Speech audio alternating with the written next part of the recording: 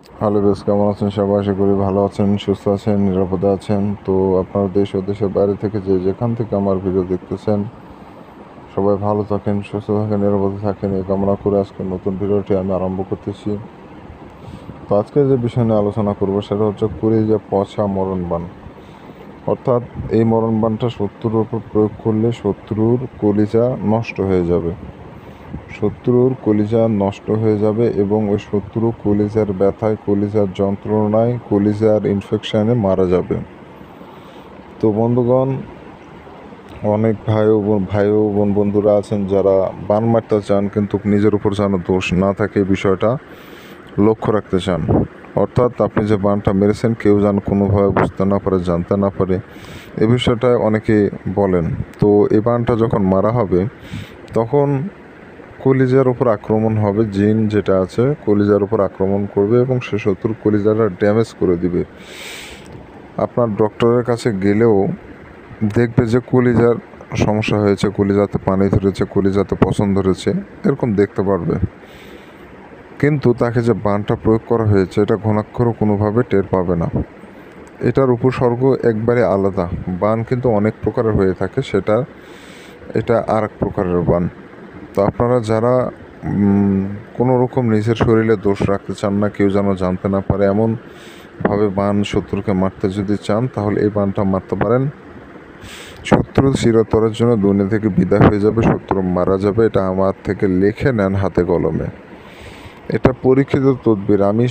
আমি আপনাদের কখনোই অপরীক্ষিত তদবির দেই না। যে তদবির দিয়ে কাজ হবে না এরকম তদবির আমি কখনোই আপনাদের দেই না। যেগুলা তদবির দিয়ে, যেগুলা নকশা দিয়ে হাজার হাজার মানুষ সফলতা অর্জন করেছে সেসব তদবিরই আপনাদের মাঝে উপস্থাপিত করি এবং আপনাদের দেই। কারণ আপনারা কাজ করবেন, সফলতা অর্জন করবেন, এটাই আমার সার্থকতা। এখানেই আমি সফল। তো বন্ধুগণ, শত্রু আপনার বাড়ির ব্যক্তি হতে পারে, পাড়া প্রতিবেশী হতে পারে, বা পরিচিত অপরিচিত যে কেউ আপনার শত্রু হয়ে যেতে পারে। তো দেওয়ালে যখন পিঠ থেকে যায় তখন কিন্তু আমাদের করার কিছু থাকে না। অনেক শত্রু আছে যারা ক্ষমতাশালী, টাকাওয়ালা, সব কিছু ওদের পক্ষে, আপনি নিরুপায় মাঝখানে, কিছু করার থাকতেছে না। তখন এই বানটা প্রয়োগ করবেন, 100-তে 100 কাজ হবে। কিন্তু কখন কাজ হবে না? তখনই কাজ হবে না যখন আপনি কোনো ভালো ব্যক্তিকে মারবেন।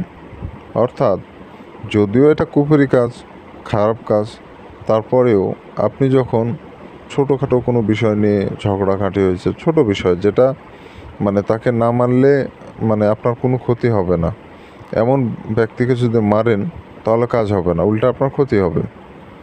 যে ব্যক্তি আপনার সাথে অন্যায় করেছে, অত্যাচার করেছে, জুলুম করতেছে, বা ওর জন্য আপনার জীবনযাত্রা বা জীবন থেমে আছে, এমন ব্যক্তিকে মারবেন তখন কিন্তু কাজ হবে।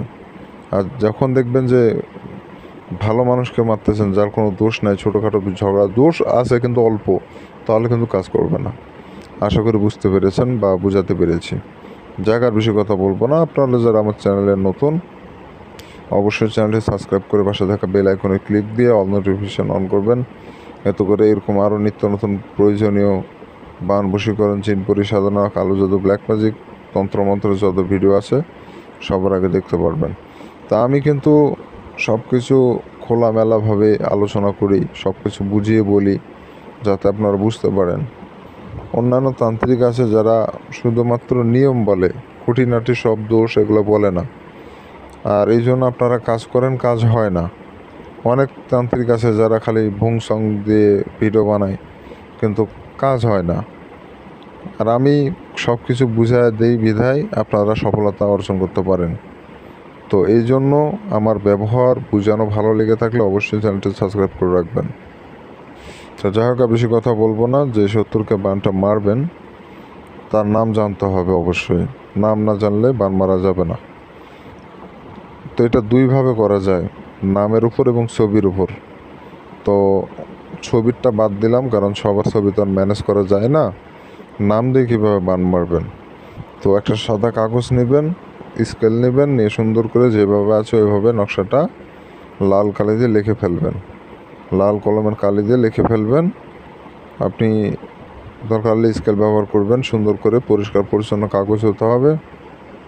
কাগজটা যেন ফ্রেশ হয়, নোংরা আবর্জনা যেন কাগজে না ভরে থাকে, এবং আপনি নিজেও পাক পবিত্র থাকবেন। যে জায়গায় বসে নকশা লিখবেন জায়গাটাও যেন পাক পবিত্র থাকে। সব কিছু ঠিকঠাক রেখে আপনাকে নকশাটা লিখতে হবে। তো বন্ধুগণ, যখন নকশা লিখবেন কারোর সাথে কথা বলবেন না, এক ধ্যানে এক মনস্কে সম্পূর্ণ নকশা আপনাকে লিখতে হবে। কোনো রকম কথাবার্তা কারোর সাথে বলা যাবে না, তাহলে নকশা কাজ করবে না।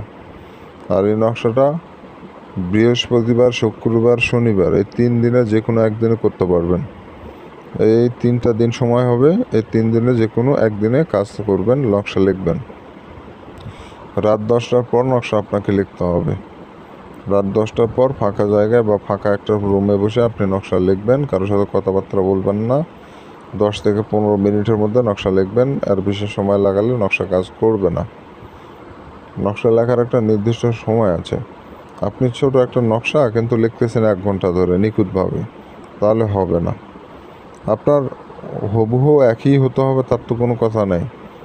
সবার হাতের লেখা কিন্তু এক না। আপনি যদি বাংলাতে লেখেন বাংলাদেশ, আপনি একভাবে লিখলেন, আমার হাতের লেখা আর একভাবে হবে, আরও 10টা মানুষের হাতের লেখা আরও 10 রকমের হবে, কিন্তু উচ্চারণ কিন্তু একই থাকবে, বাংলাদেশ। তো হাতের লেখা যেটাই হোক, তবে বোঝা যেন যায় এমনভাবে লিখতে হবে। আশা করি বুঝাতে পেরেছি। তো এভাবে করে সম্পূর্ণ নকশা আপনাকে লিখে ফেলতে হবে। লেখা হয়ে গেলে নকশার নিচে আপনাকে শত্রুর নাম এবং তার পিতার নাম দিতে হবে। শত্রুর নাম এবং তার পিতার নাম দিয়ে দেবেন, দিয়ে সুন্দর করে নকশাটা প্রস্তুত করে নেবেন। প্রস্তুত হয়ে গেলে নকশাটা আগুনে পোড়ায় ফেলবেন, যে কোনো আগুনে পোড়ায় ফেলবেন, পুড়ে ছাই বানায় দেবেন। একটা জিনিস লক্ষ্য রাখবেন, নকশার কোনো অংশ পুড়তে যেন বাদ না থাকে। আর যদি শত্রুর নাম না জানেন, তাহলে আরেকভাবে করা যায় এই নকশাটা। শত্রুর ছবির পিছন সাইডে, যেই সাইডে সাদা থাকবে, এক সাইডে ছবি এবং অপর সাইডে তো সাদা থাকে ছবির, ওই সাইডে আপনি নকশাটা লিখে ফেলবেন। লিখে ওই নকশা আগুনে পোড়ায় ফেলবেন। ওখানে নাম দেওয়ার প্রয়োজন হবে না। ছবিতে এটা দুইভাবে করা যায়, ছবিতেও করা যায়, আপনার কাগজেও করা যায়। তো এইভাবে করে এটুকু কাজটা করে রাখবেন। আপনার অল্প সময়ের মধ্যে, 1 দিনের মধ্যে আপনার শত্রু শেষ হয়ে যাবে। আসলে 1 দিনের মধ্যে শেষ হবে বললে ভুল হবে। আপনার 1 দিনের মধ্যে ওর কলিজায় মনে করেন আক্রমণ হবে, এবং পুরো পরিপূর্ণভাবে মৃত্যুবরণ করতে একটু সময় লাগবে। তবে 1 দিনের মধ্যে আপনি তার অসুস্থতা বুঝতে পারবেন। তো এই ছিল মূলত বিষয়। যারা অনুমতি নেবেন এই কাজের জন্য, চ্যানেল সাবস্ক্রাইব করবেন, কমেন্টে নাম লিখবেন, নিজের নাম, অনুমতি পেয়ে যাবেন। কারণ আপনার নাম না জানলে অনুমতি কীভাবে দেবো বলেন? অবশ্যই তো নাম জানা লাগবে। এই 2টা শর্ত পালন করতে হবে। যারা চ্যানেল সাবস্ক্রাইব করবে এবং কমেন্টে নাম লিখবে, তাদেরকে অনুমতি দেওয়াই আছে, তারা কাজ শুরু করে দিবে। তো ধন্যবাদ সবাইকে, ভালো থাকবেন সবাই। দেখা হচ্ছে পরবর্তী কোনো এক ভিডিওতে। আর যারা আমার সাথে যোগাযোগ করবেন, স্ক্রিনে দেওয়া নম্বরে এই মুহূর্তে এসে যোগাযোগ করতে পারবেন। ভালো থাকবেন, আল্লাহ হাফিজ।